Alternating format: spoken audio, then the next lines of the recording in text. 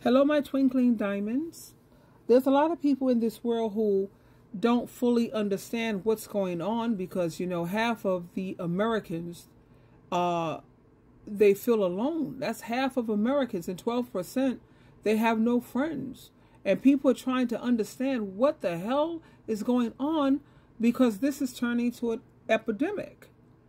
But like I said, for 2024, we're going to work our damnedest to stay positive. Let me share this clip with you from Auntie Lee. I like a lot of her content. Let's listen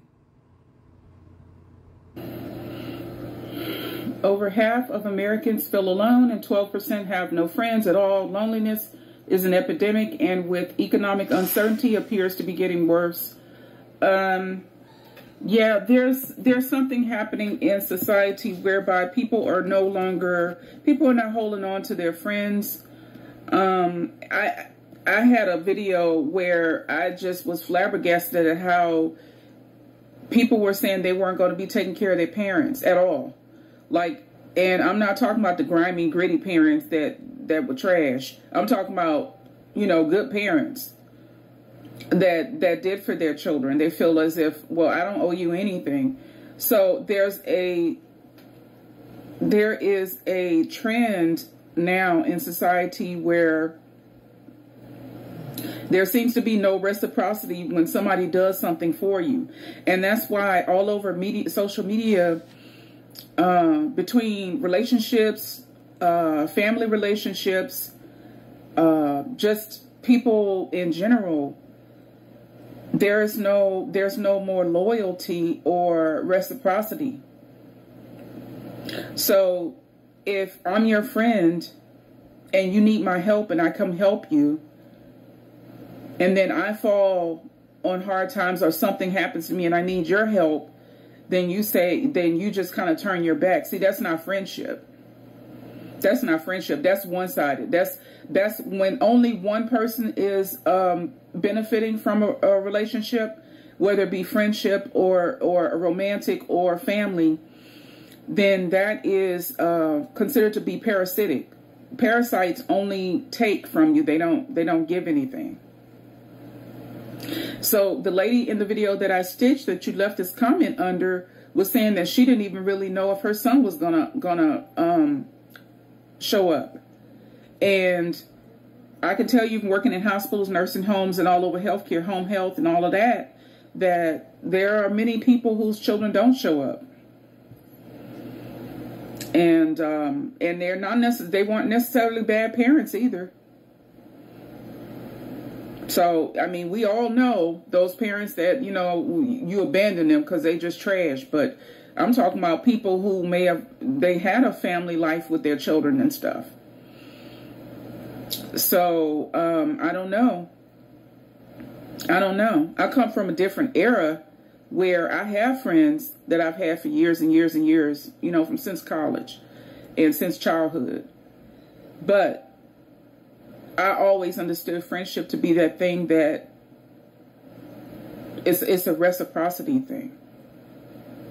It's not supposed to be one-sided. And so now it seems as if people are they feel as if you can do for them, but they don't owe you anything. I don't owe you anything is what the moniker is, and that's what you're seeing. Because people will get tired of being used. And that's basically what it is when somebody is showing up for you, but you don't show up for them. That's called essentially being used. But thank you.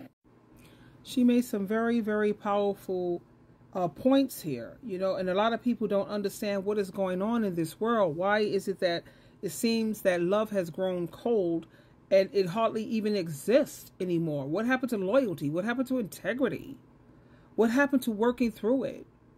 What happened to praying for each other?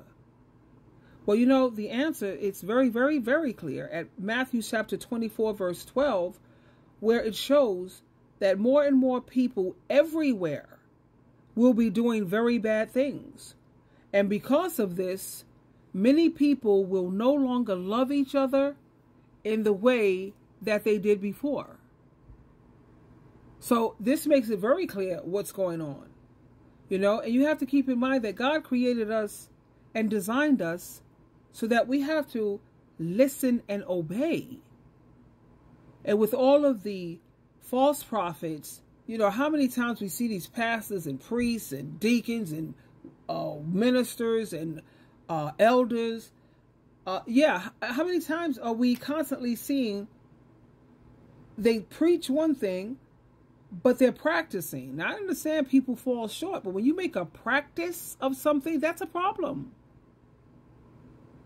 You're catching pastors getting out of cars with men and little boys talking about how they've been raped and children been raped by the world's religious leaders, because my leader is, definitely Jehovah Jesus Christ. I'm done with these people.